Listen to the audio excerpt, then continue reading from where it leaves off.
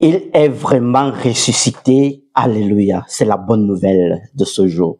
Le Christ, notre espérance, est vraiment ressuscité.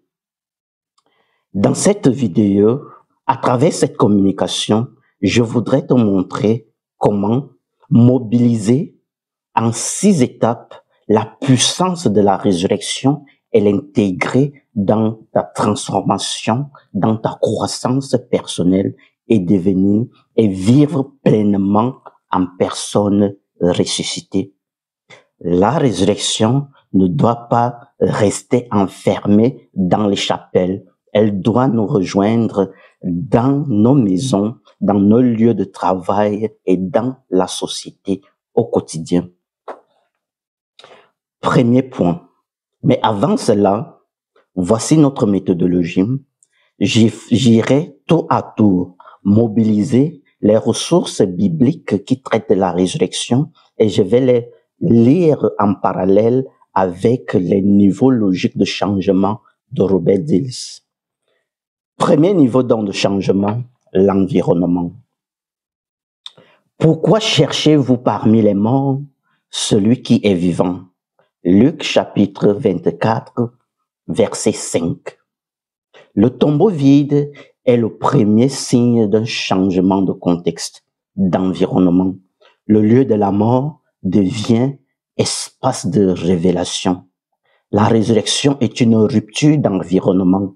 Les femmes ne trouvent plus Jésus là où elles pensaient le voir.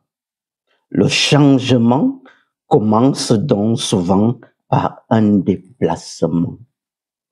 Un déplacement de paradigme, un déplacement géographique, un déplacement contextuel.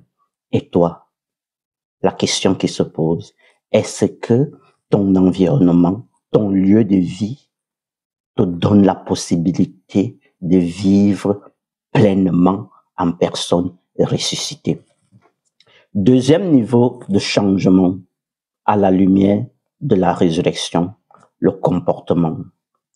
Jésus marche avec les disciples d'Emmaüs. Luc chapitre 24, versets 13 à 35.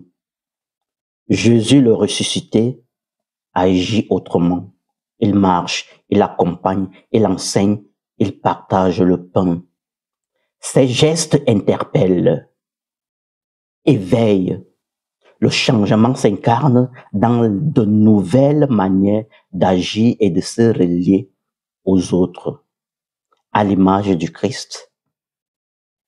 Toi, après avoir célébré la résurrection en ce jour, comment est-ce que tu mobilises ta reliance avec les autres, ta possibilité de te connecter aux autres, ton intelligence collaborative.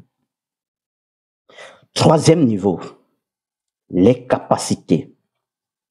Leur cœur brûlait en eux pendant qu'il leur parlait. Nous sommes toujours au chapitre 24 de Saint Luc.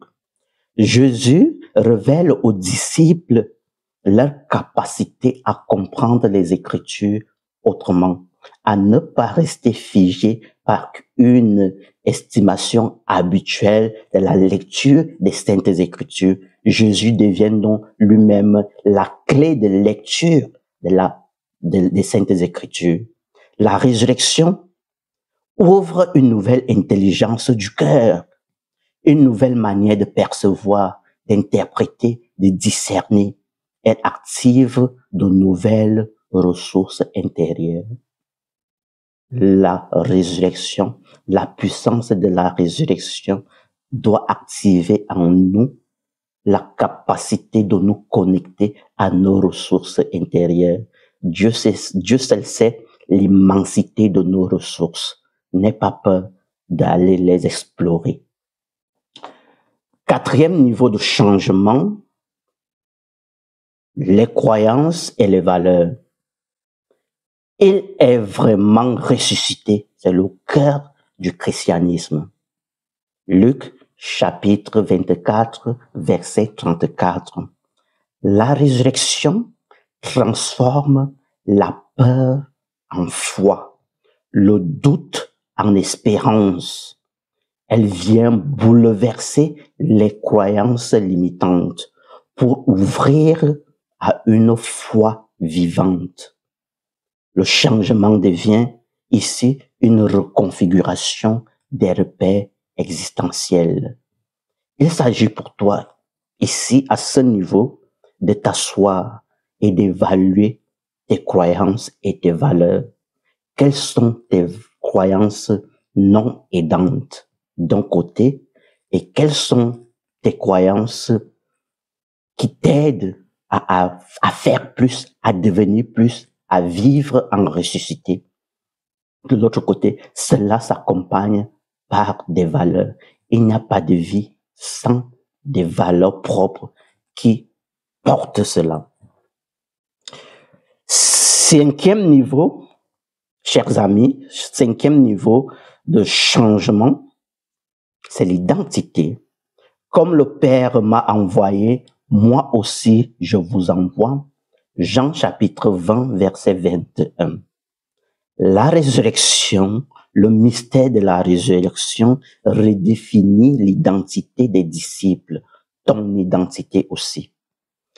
Ils ne sont plus seulement des suiveurs, ils deviennent des envoyés. Leur identité se transforme à la lumière de la mission reçue.